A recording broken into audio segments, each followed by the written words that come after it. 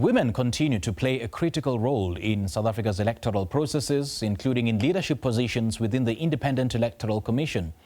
With the country preparing for the upcoming local government elections, women's participation remains important in ensuring inclusive and credible electoral processes. Now, for more on her experience as a woman in electoral management and the importance of women's participation in strengthening democracy, we speak to Nkaro Mateta, the Limpopo Head of Elections. Ms. Mateta, a very good morning to you. Thanks for joining us. Welcome. Good morning to you and to the viewers. Ms. Mateta, you've led electoral administration in Limpopo since 2007 through multiple general elections, by-elections, and the 2024 general election that saw 1.4 million Limpopo voters turn out. So what has changed most about the job itself in that time versus what's changed about the environment that you're managing elections in now? Well, several things have changed. As the Electoral Commission, we went all out on a campaign to get young people to like democracy. I think you are aware that our HSRC research points to the fact that young people were disillusioned, disinterested, and standing on the sideline and not participating in any form in democracy or in politics. So through our campaign, we have turned around that situation. As I'm talking to you now, when we were looking at our statistics in terms of people that we have added onto the voters' roll since the 2024 elections, the majority of those people that we have added are under the age of 29. So our message is beginning to sink in, and these are exciting times. We cannot have a situation where youth are outside our democracy, because the future, in fact, belongs to such people. I think with women, we are very, very happy, because women, ever since whatever time democracy arrived in South Africa, women have been in the forefront. They've been participating. Every time we call for registration, the numbers speak for themselves. More than 55% is women, and whereas the male parts are just around 45%. So the only group of people we were worried about were the youth. Now, Ms. Mateta, representation statements are very easy to make. So concretely, let's talk about what decisions you've made as provincial electoral officer that you believe would have gone differently, or even made by someone with less insight into the barriers that women voters and women candidates face. Well, one of those is, how do you influence political parties to recognize the importance of women? Although our legislation is illustrative, it says that, as we nominate candidates, we should recognize the importance and the role of women. However, the numbers don't talk to each other. The majority of people who are registered, the majority of people who vote are women.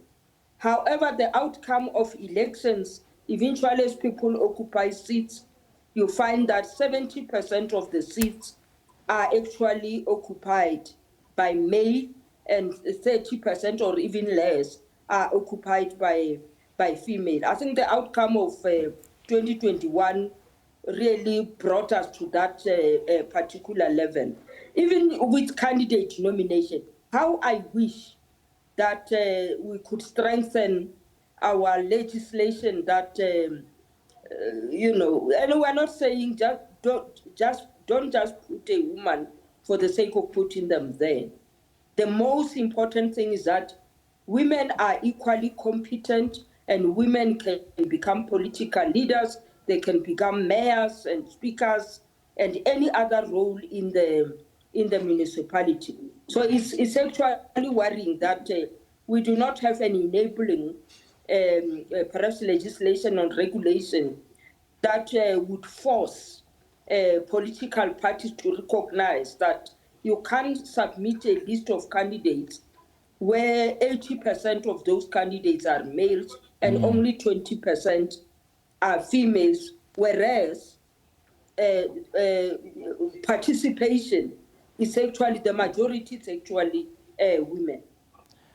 And have you ever had your authority questioned or tested in a way a male colleague in an equivalent IEC role would not have by maybe party agents, traditional leaders, or male political candidates at the local level? And how did you handle it in that moment? Yes. Well, I think situations differ. With traditional leaders, here and there, you may find that they feel the importance of talking to males than to females. But with time, situations have improved. People realize the importance of someone who's a leader.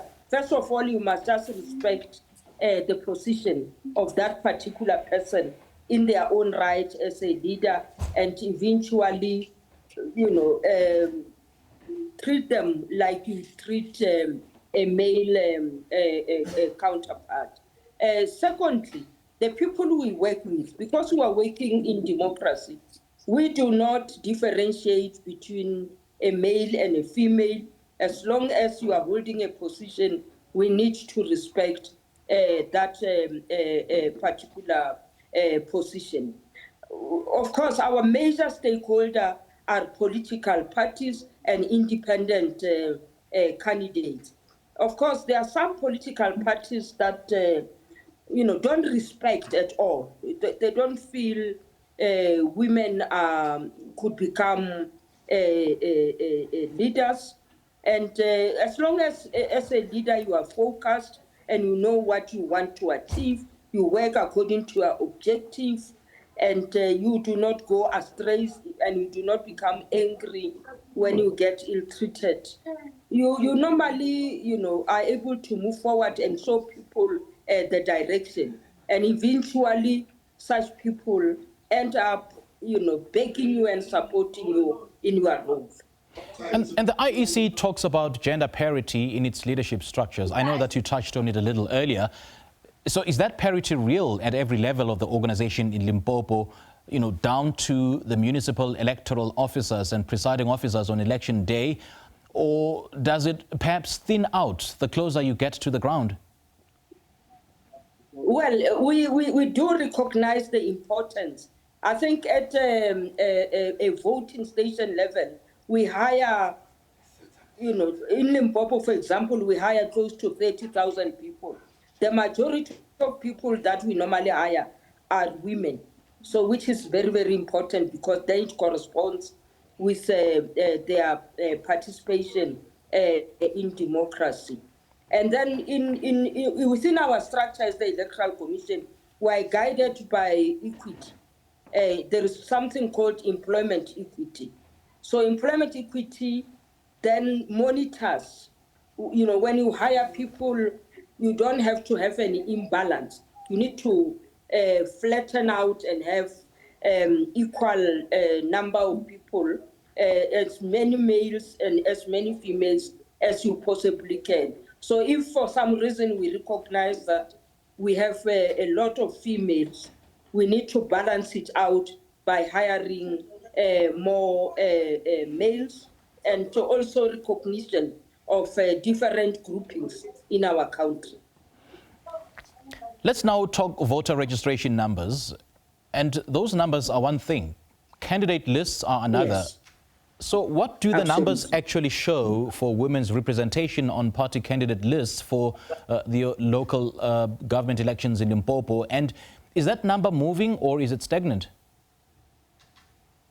Well, as I said earlier, that although, in Limpopo, for example, we are above the average. Almost 60% of people who are registered on the segment of Limpopo voters roll are women, and male make around 40 or so percent. So we are above average.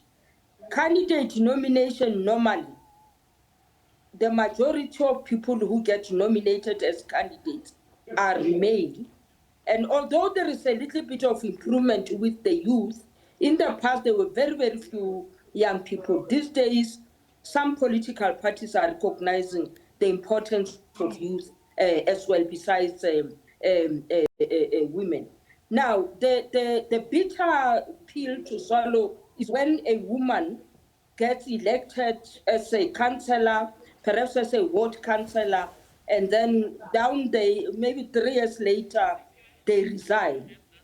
When candidate nomination happens, you'll find that that seat that was occupied by a woman is now the councillor who replaces that person is a male somebody. So I think that is a sorry side. And we're not saying people must keep a position, that this position is designated for a woman. But I think that recognition where, as we moved into election, we had so many women.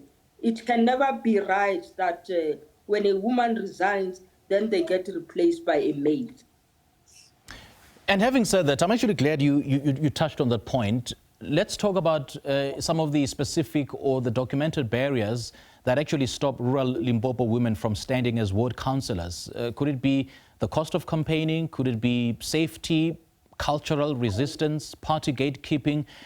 And which of those is the IEC actually positioned to fix versus which ones you're simply not mandated to touch? Well, political parties have a right to manage their candidates.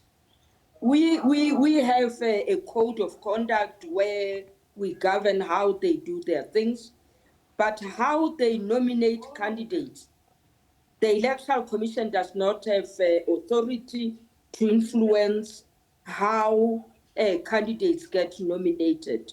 So eventually what we see is what political parties or independent candidates submit as their list of candidates. And you can't reject it. If a party decides to submit an all-male candidate, you will feel sorry and you will be hurt, but you can't influence or refuse to accept. You have to accept the list, yes, because that is the wish of that particular political party. So that is why I'm saying, if maybe legislation was enabling us to scrutinize this list, because I think I participated in one conference where in one of the countries, this is the case, that the law actually prescribes that any party that submits a list of candidates that does not show balance, such a list must be rejected. I think there is one country, I've just forgotten the name of that country. So I'm just saying, if legislation was enabling us to do so, we would gladly actually do so and scrutinize those lists as they are submitted. Yeah, sure. And you've also spoken about empowering rural women to understand their civil rights. So beyond, yes, the civic education campaigns, Ms. Mateta, what measurable outcome can you point to from that work? Did it maybe change registration rates? Did it change the turnout rates? Or even candidacy numbers in any specific municipality? Well, we are advocating, particularly in rural areas where, it might be that people don't realize the importance of women. I think in several of our rural municipalities, leadership positions are actually held by women. I mean, I can mention one of our big municipalities, which is Thulamela, where, the leader of that particular municipality as a mayor is actually a female. And this municipality, I think after the 2021 election, it was reconfigured. There was a rural municipality near the border of Zimbabwe. That municipality was called Motale. And then after the 2021 election, that municipality was disestablished and part of it was integrated into Thulamela, the other part into Messina. And I am so glad this lady who comes from Motale is now the mayor of our second biggest municipality in Limpopo, which is Thulamela, around the area of Thohoyandou. And she's doing very, very well. She has got support, Right. and she's performing quite well. And the majority of our speakers here in Limpopo are actually women, and they are also doing very, very well. All right, Ms. Mateta, lovely chatting to you. Thank you so much for joining us. Thank you. Enjoy the rest of the day. Thank you. You too. Thank you. That was Nkaro Mateta, Limpopo Head of Elections, just reflecting on her experience in electoral management and the importance of strengthening democracy.